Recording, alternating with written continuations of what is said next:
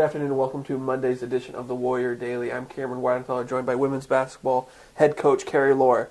Rough week, 0-2 against at Ferris State, and lost a heartbreaker at home against Grand Valley. Talk about your team's play. It's been a rough down the stretch here, but like I think I've said 3 weeks in a row, you still have everything in front of you that you want to accomplish.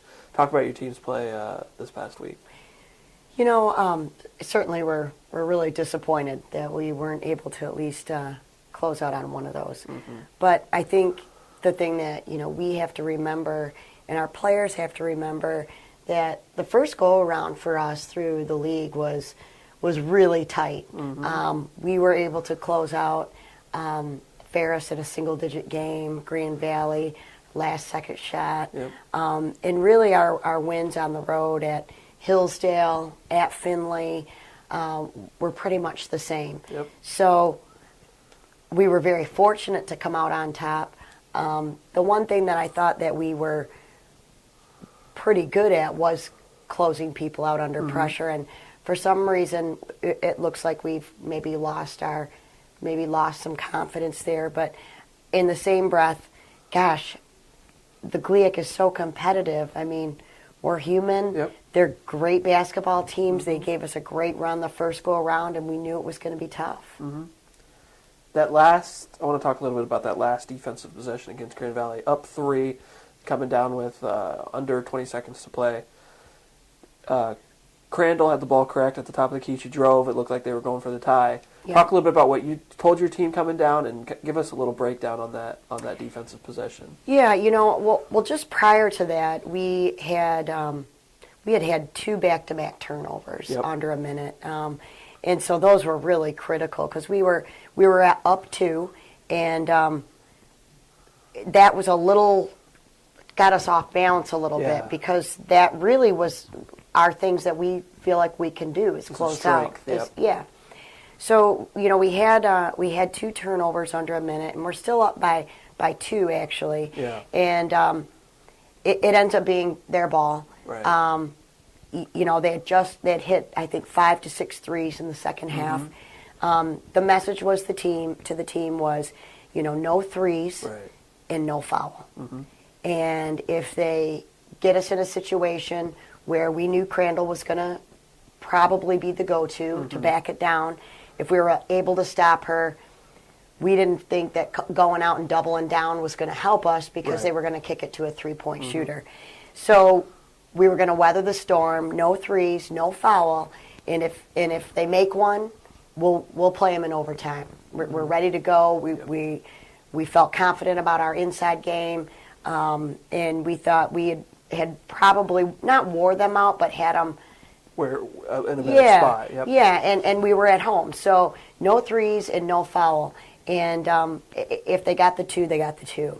And unfortunately, one of the officials thought that Imari Redfield fouled when Crandall backed her down. So, whether I think she fouled her or not doesn't matter. It's what the officials.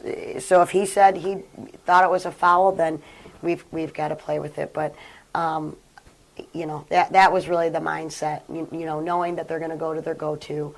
But yet, if she did pick up her dribble, they were going to kick for a 3.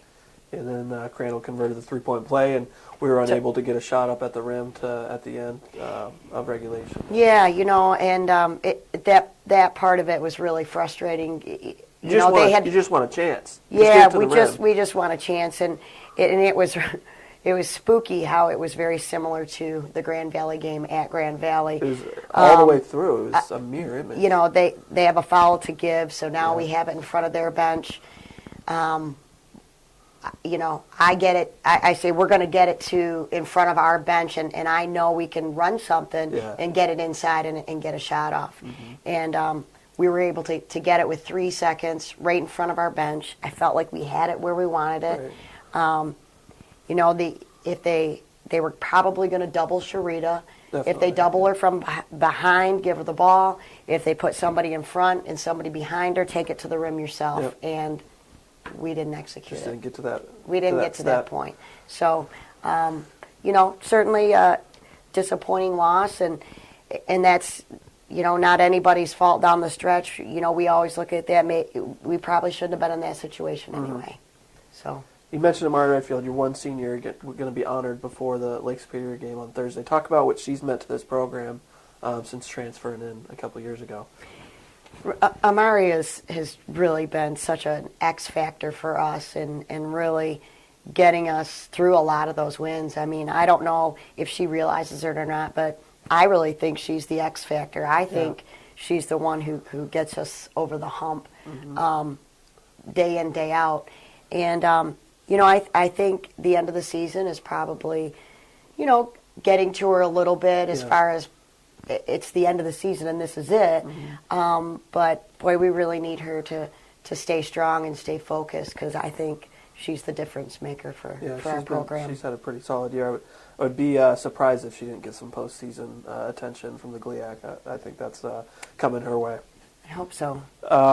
Lake Superior on Thursday. Talk about, kind of recap what the game up there was like and preview Thursday's contest with the Lakers.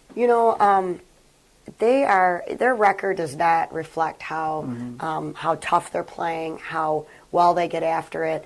I think their most recent, two losses ago was an OT game against Ferris, and they've had games like that where they're in everything. Yeah. So I'm sure that they're going to come down and down here and be playing really loose. It's their last game of the season.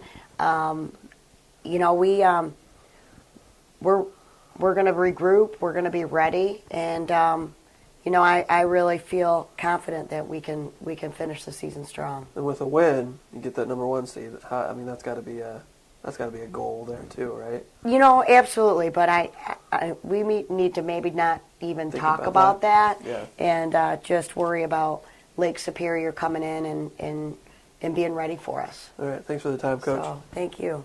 Thanks for watching this edition of the Warrior Daily. We hope to see everybody inside the Mathias Center Thursday for Senior Day against Lake Superior State.